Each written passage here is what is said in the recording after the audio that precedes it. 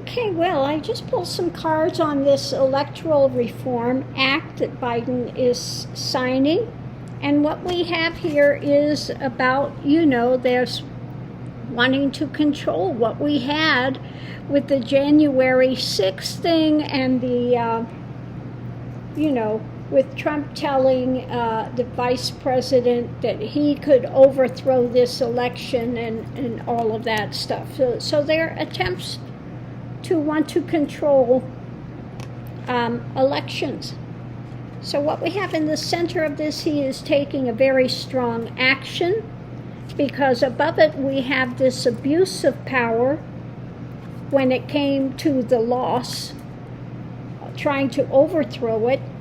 After this investigation of he who would be king, looking deeper into that, and the challenge was, just this unhappiness and angst on both sides, basically. And so now this is bringing this to light and taking this action today. We had with it the delusions that these people were carrying when it came to the Union, what was written in the Constitution, etc. Between worlds, they weren't really grounded. Initiation, so he's initiating this new what do you call it, law he's bringing in, because of their different views of manipulation, what they were going to do. Well, drinking, I see that as being drunk with power and basically not in their right mind. So that's going to be stopped. I thought that was perfect. It's amazing the way these cards wind up fitting in here. The different views, they've been drinking, okay? They're not level-headed. They're drunk with power, trying to maintain that. So this was taken today, strong arm of truth, to strengthen the Constitution against those that would try to tear down the government.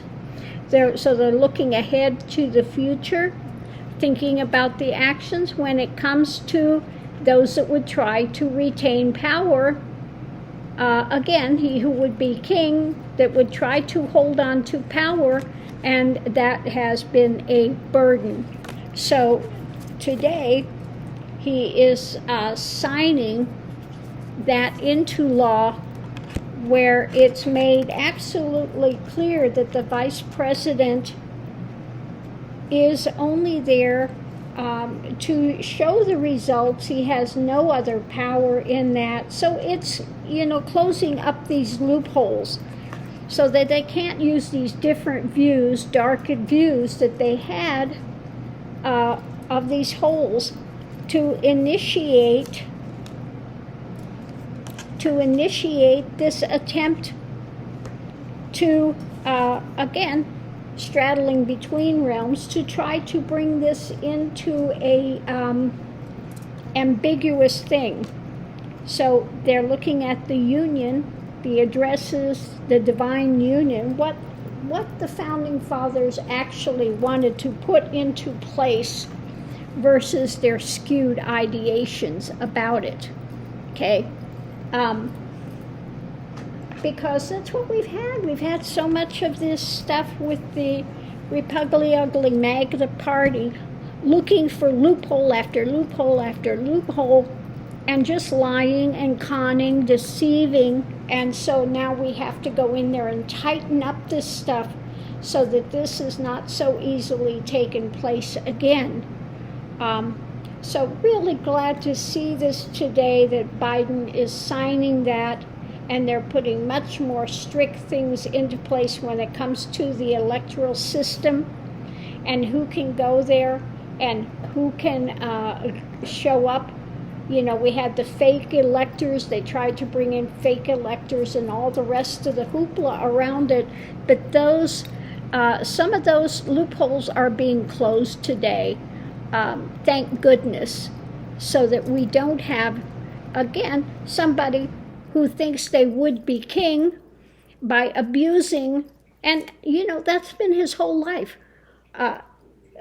45's whole life has been finding loopholes, abusing it, just like he elevates his stuff to get a loan and then he deflates it in order to pay taxes. It's been the con.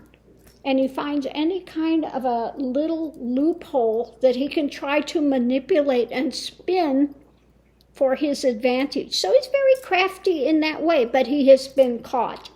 That trap has closed down on this one, and so we'll have to watch the rest of it. I'm just waiting for the indictments to come down, and hopefully they do the perp walk and he gets a nice shiny pair of bracelets, okay? But there will be no gold toilets where he's going. They'll probably let him out right away, but hopefully they do a perp walk. So let's see what happens. Thanks for tuning in, and I'll see you online.